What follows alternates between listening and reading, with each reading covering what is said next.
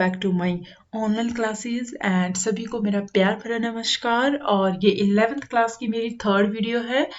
तो जो भी आपको समझ ना आए, आप किस टॉपिक के ऊपर आप वीडियो चाहते हैं, वो भी मुझे कमेंट में शेयर करें। तो आज हम स्टार्ट करते हैं generation of a computers. Okay, generation in a computer terminology is a change in a technology, a computer being used. Initially, the generations term was used to distinguish between the varying hardware technologies. Nowadays, generation includes both hardware and a software, which together makes up an entire computer. यानी कि generation का मतलब होता क्या है, पहले हमें ये सोचना है। जनरेशन मीन्स कि जितनी हमारे पास आने वाली जनरेशन होती है उसमें क्या है, हमारे पास कुछ ना कुछ डिफरेंस होता रहता है। चाहे वो हमारे पास हार्डवेयर है, चाहे वो सॉफ्टवेयर है। ठीक है, दोनों में क्या होता है, कुछ ना कुछ फीचर जो होते हैं वो क्या होते हैं, हमारे चेंज होते रहते हैं। जैसे हमारे एंड्रॉयड्स के सॉफ्टवेयर्स होते हैं, हमें अपडेट के लिए आता है। आपके पास ये एंड्रॉयड के जो वर्जन है उनको वो भी हमारे पास क्या है, मतलब चेंजेस होते रहते हैं। उसी तरीके से जो क्या है हमारी जनरेशन है कंप्यूटर्स की, जो क्या हमारे पास बेसिकली जो हमारे पास है 5 है अभी। There are 5 computer generations known till date and each generation has being discussed in detail along with their time period and characteristics. And the following table approximate dates against each generation has been mentioned which are normally accepted. Okay, मतलब जितने भी हमारी generations हैं उसमें कुछ ना कुछ नई चीज़ें ऐड होती है, और जो भी मैं भी जनरेशन करवाऊंगी उसमें मैं उसमें जितनी भी डेट है, कब कब कितने पीरियड तक वो जनरेशन के कंप्यूटर्स रहे और उनमें कौन कौन सी चीज़ें यूज़ हुई और किन चीज़ों का हमें उस टाइम पे उस पर ध्यान रखना होता था। तो हम चलते हैं। First one is your first generation computer. इसमें क्या होता था, आपकी वैक्यूम ट्यूब यूज होती थी। जिस तरीके से आपकी टॉर्च होती है, टॉर्च में छोटी छोटी जो ट्यूब्स यूज होती थी, उसी तरीके से क्या है, ये वैक्यूम ट्यूब जो है आपके कंप्यूटर्स में यूज होती थी। एंड इसका जो पीरियड था दैट इज 46 to 59, यानी कि 1946 and 1959. The computer of a first generation computer vacuum tubes as the basic components for a memory and circuitry for a CPU. And these tubes, like electric bulbs, produced a lot of heat and the installations used to fuse frequently. And therefore, they were very expensive and only large organizations were able to afford it. यानी कि first generation में अगर मैं हिंदी में कहूँ तो इसका जो टाइम पीरियड था वो 1946 से लेके 1959 तक रहा है। और इसमें क्या होता था, इसमें हमारे पास वैक्यूम ट्यूब्स यूज होती थी। बेसिक कंपोनेंट्स जो होते थे वो बेसिक हमारा वैक्यूम ट्यूब जो है वो मेमोरी को स्टोर करने के लिए यूज किया जाता था। और ये जो ट्यूब्स होती थी ये इलेक्ट्रिकल जैसे बल्ब होते हैं उसके तरीके से ये दिखती थी। और इसमें क्या है, बहुत ज्यादा हीट क्या होती थी, जनरेट होती थी। ओके, सो हमारे पास इसके फीचर्स कौन कौन से हैं। वैक्यूम ट्यूब टेक्नोलॉजी की इसमें वैक्यूम ट्यूब्स यूज होती थी। Unreliable supported machine language only. हमारे पास 3 टाइप की लैंग्वेजेस होती है, high level language, assembly language and machine level language. और इसमें क्या होता था, 0-1 में ही हमारा काम चलता था, क्योंकि इसमें कोई भी जो है हाई लेवल की लैंग्वेजेस सपोर्ट नहीं करते थे। वेरी कॉस्टली, ऑब्वियसली सी बात है। यहाँ पर आप इमेज देख सकते हैं कितना जो है, एक तो ये पोर्टेबल भी नहीं होते थे, एक जगह से दूसरी जगह पे हम लेकर नहीं जा सकते थे। Generated a lot of heat. अब आप बताइए कितने सारे यहाँ पर, अगर जितनी भी स्टोरेज हमें चाहिए होगी उतनी हमें वैक्यूम ट्यूब्स चाहिए होंगे, और जितने वैक्यूम ट्यूब्स होंगे उतनी ये क्या है, हमारी हीट पैदा करेंगे। Slow input and output devices and huge size, वो आप इस इमेज में देख सकते हैं कि कितना बड़ा साइज होता था। And need for of AC, और ये तो आपको पता ही है कि जब क्या है इतने सारे बल्ब्स एक साथ जलेंगे कितनी हीट होगी, तो एसी की तो जरूरत होती है। And next, non portable. Portables means हम एक जगह से दूसरी जगह पे ले जा सकते हैं। लाइक या आपका लैपटॉप है, आप आसानी से क्या है अपने लैपटॉप को कहीं भी ले जा सकते हैं। नॉन पोर्टेबल मीन्स आप कहीं भी इसको किसी भी ऑफिस कहीं भी नहीं ले जा सकते थे। Okay, next one is your second generation. Second generation का जो पीरियड था वो था 1959 to 1965, और इसमें हमारे ट्रांजिस्टर यूज होते थे। Okay, in this generation, Transistors were used that were cheaper, consumed less power, more compact in size, and more reliable and fast than the first generation machine made up of vacuum tubes. In this generations, magnetic cores were used as the primary memory and magnetic tape and magnetic disk as secondary storage device. यहाँ पर आप देख सकते थे कि इस तरीके के जो यहाँ पर जो ट्रांजिस्टर दिख रहा है, इस तरीके से ट्रांजिस्टर जो क्या है इसमें यूज किए जाते थे और ये थोड़ा सा सस्ता और थोड़ी सी कम लाइट और थोड़ा सा छोटा साइज होता था। कंपेयर किसके साथ कर रहे हैं? सिर्फ फर्स्ट जनरेशन के कंप्यूटर्स के साथ।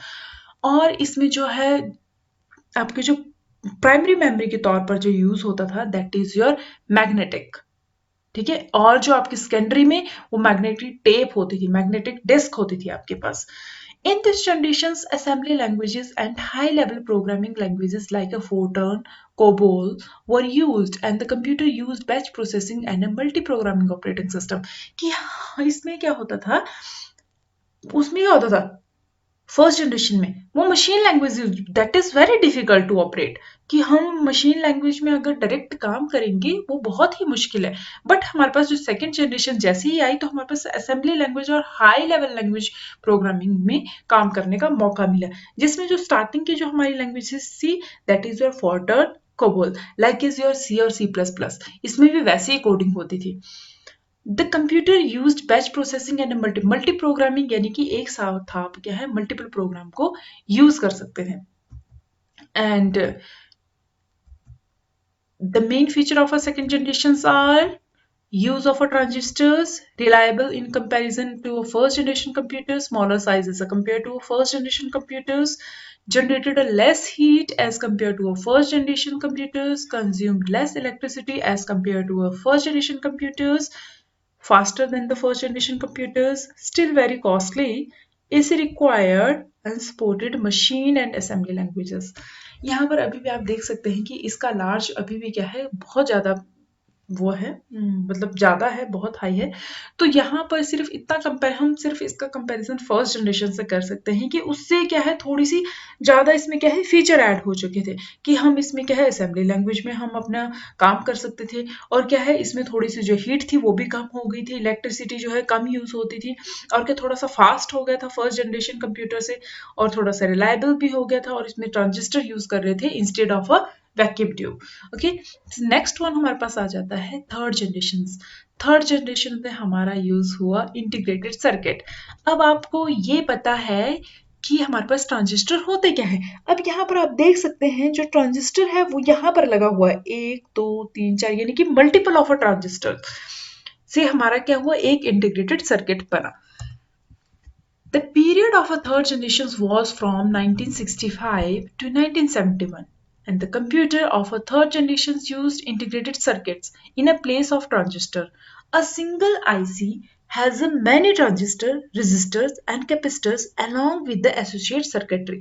यानी कि जहां पर हम सिंगल ट्रांजिस्टर यूज कर रहे थे, यहाँ पर हम थर्ड जनरेशन में एक जो हमारी आईसी है उसी में क्या है हमारे ट्रांजिस्टर, रेजिस्टर, कैपेसिटर, ये तीनों चीजें क्या है एक साथ लगी हुई है और उसको हम यूज कर रहे थे अपने कंप्यूटर में। IC was invented by Jack Kilby, कि आईसी जो है आपका इन्वेंटेड किसने किया था? जैक किल्बाय ने। This development made computer smaller in size, reliable and efficient. And in this generation's remote processing, time sharing, multi-programming operating system were used. High-level languages Fortran 2 to 4 and COBOL, Pascal, Basic, Algo, etc. were used during this generations। यानी कि ये आपकी languages है like your C++। उससे पहले जो क्या है हमारी यही लैंग्वेजेस यूज होती थी। अब आपको ऑपरेटिंग सिस्टम के बारे में पता होना चाहिए और जो उसकी प्रोसेसिंग है वो जो कितने टाइप्स के होते हैं वो भी आपको क्या है ये पता होना चाहिए। जैसे कि आपके पास single programming operating system, multi programming, time sharing क्या होता है, और जैसे वहाँ पर मल्टी प्रोसेसिंग भी हमारी होती है आजकल के टाइम में, और वहाँ पर उन्हें बैच प्रोसेसिंग, वो सारा क्या है आपको ऑपरेटिंग सिस्टम में आ जाएगा। ओके, तो इसमें थर्ड जनरेशन का मैं बता देती हूँ कि थर्ड जनरेशन में हमारे आईसी सर्किट्स, हमारे जो इंटीग्रेटेड सर्किट्स है वो यूज होने लग गए इंस्टेड ऑफ ट्रांजिस्टर। और इस आईसी में होता क्या है, इस आईसी में हमारे ट्रांजिस्टर, रेजिस्टर, कैपेसिटर एक साथ जुड़े होते हैं। और ये जो इन्वेंटेड किया था ये जैक किलवाई ने किया है, और ये स्मॉलर, थोड़े से छोटे हैं साइज में, रिलायबल भी, एफिशिएंट भी है। और इसमें जो है मेन बेनिफिट जो क्या है, time sharing, multi programming operating system were use, और काफी ज्यादा हाई लेवल की प्रोग्रामिंग इसमें यूज हो रही है। ओके, तो फीचर मैं आपको इसमें बता देती हूँ, इसमें कौन कौन सी फीचर्स है। IC used more reliable in comparison to a previous two generations, smaller size, generated less heat। Obviously सी बात है कि इसमें हीट बहुत कम यूज होगी, फास्टर होगा, lesser maintenance, costly, AC required, consume lesser electricity, supported high level languages। So next हमारे पास आ जाएगा फोर जनरेशंस में आप यहाँ देख सकते हैं इमेज में हमारे पास माइक्रो प्रोसेसर यूज होंगे। अब आप यहाँ पर देख सकते हैं कि इस माइक्रो प्रोसेसर के अंदर क्या क्या लगा हुआ है, बहुत सारे ट्रांजिस्टर्स, बहुत सारे रेजिस्टर्स, और बहुत सारी चीजें इसी में ही हमने यूज किया हुआ है। So the time period of the four generations was from 71 to 1980। Computers of the four generation used very large scale integrated, यानी कि बहुत बड़ा जो है एक इंटीग्रेटेड सर्किट है, इसको हम इसमें यूज करते थे। VLSI circuit having about 5,000 transistors and other circuit elements with their associated circuits on a single chip made it possible to have a microcomputers of four generations. Okay, four generations computer became more powerful, compact, reliable, and affordable. As the result, it gave rise to personal computer revolutions, यानी कि जो हम अपना computer use करते हैं, that is your personal computers. In this generations time sharing, real time network, distributed operating system were used. All the high level languages like a C, C++, database, etc. were used in these generations. तो इसमें मैंने अच्छे से बता दिया है। जो four generation का जो आपका जनरेशन है उसमें आपके VLSI यानी कि very large scale integrated circuit जो है वो यूज हुए हैं। और इसमें VLSI में आपके 5,000 तक ट्रांजिस्टर, उसके अलावा जो आपके रजिस्टर्स है और भी बहुत सारी चीजें हैं वो भी इसमें आपके यूज किए गए हैं। ओके, फोर्थ जनरेशन कंप्यूटर का क्या एक फायदा है, इसमें फीचर है, ये बहुत ही पावरफुल है, अफोर्डेबल्स है। और दूसरी चीज ये है कि इसमें आप अपना टाइम शेयरिंग, जो रियल टाइम नेटवर्क है वो इसमें प्रोवाइड हो रहा है, डिस्ट्रीब्यूटेड ऑपरेटिंग सिस्टम है, और सेकेंड थिंग ये है कि हाई लेवल लैंग्वेजेस इसमें यूज्ड होती है, C++, डाटाबेस एक्सेट्रा।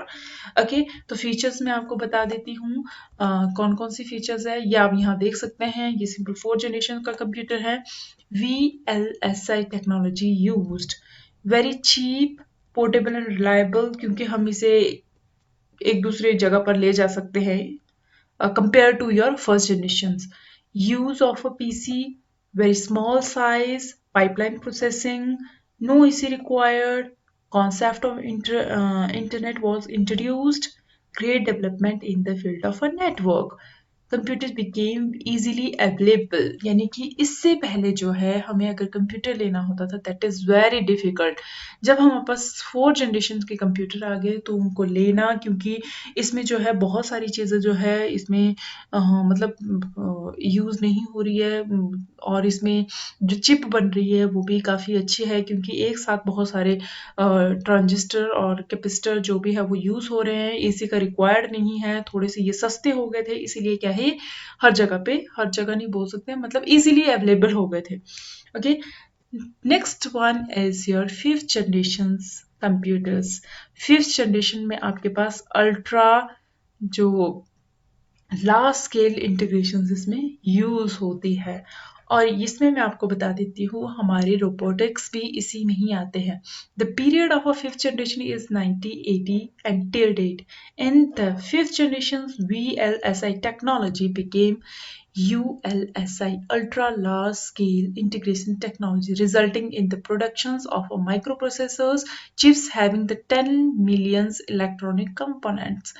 यानी कि इतनी छोटी सी चिप आपको ये दिख रही है, इसमें क्या है 10 मिलियंस तक इलेक्ट्रॉनिक कंपोनेंट्स इसमें ऐड किए गए हैं। तभी हमारा जो रोबोटिक्स होते हैं उसकी सारी इंस्ट्रक्शन जो है दी जाती है कि ताकि लास्ट हमारे पास स्टोरेज हो। This generation is based on a parallel processing hardware and artificial intelligence software. AI is an emerging branch in a computer science which interprets the means and method of making a computer think like a human beings. All the high-level languages like C and C++, Java, .NET, etc. are used in this generations। यानी कि हमारा main जो है इसमें robotics का आ जाता है, और जो हमारे हाई लेवल के जितने भी पीसीज होते हैं तो उसमें क्या है हमारे पास ये माइक्रो प्रोसेसर्स यूज होते हैं। और इसमें आपको मैं फीचर्स बता देती हूँ। फीचर हमारे हैं इधर ULSI टेक्नोलॉजी यूज होती है, development of a true artificial intelligence, development of a neutral language processing, advancement in a parallel processing, advancement in a superconductor technology, more user-friendly interface with the multimedia features, availability of a very powerful compact computer at a cheaper rates। यानी कि इसमें क्या है true artificial intelligence का आपकी development मिलेगी, neutral languages process होगी, ये मैं आपको बताऊंगी। ये ऑपरेटिंग सिस्टम के पार्ट्स है। पैरेलल प्रोसेसिंग क्या होती है हमारे पास, और हमारे जितने भी और ऑपरेटिंग सिस्टम आ जाते हैं, जैसे कि आप मल्टीपल प्रोग्रामिंग ऑपरेटिंग सिस्टम या फिर parallel programming, time sharing operating system, वो सारा हमारा ऑपरेटिंग सिस्टम में आएगा। More user friendly interface with multimedia features, availability of a very powerful and compact computers at a cheaper rates.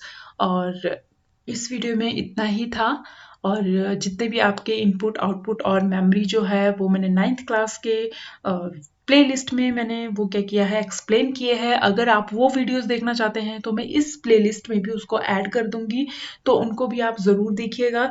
और अगर आप मेरे चैनल में नए हैं तो मेरे चैनल को सब्सक्राइब करिएगा। यहाँ पर आपको एक लोगो दिखेगा, जैसे आप इसके ऊपर क्लिक करेंगे तो यहाँ पर सब्सक्राइब बटन आपको शो हो जाएगा, वहाँ पे आप सब्सक्राइब करें।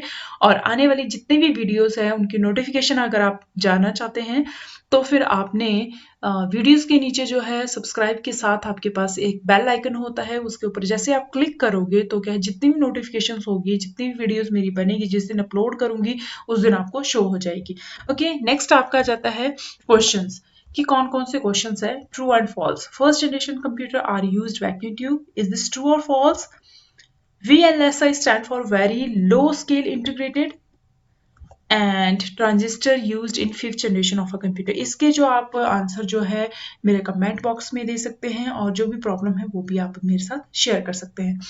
Thank you and thanks for watching my channel. Like share subscribe करना ना भूलें।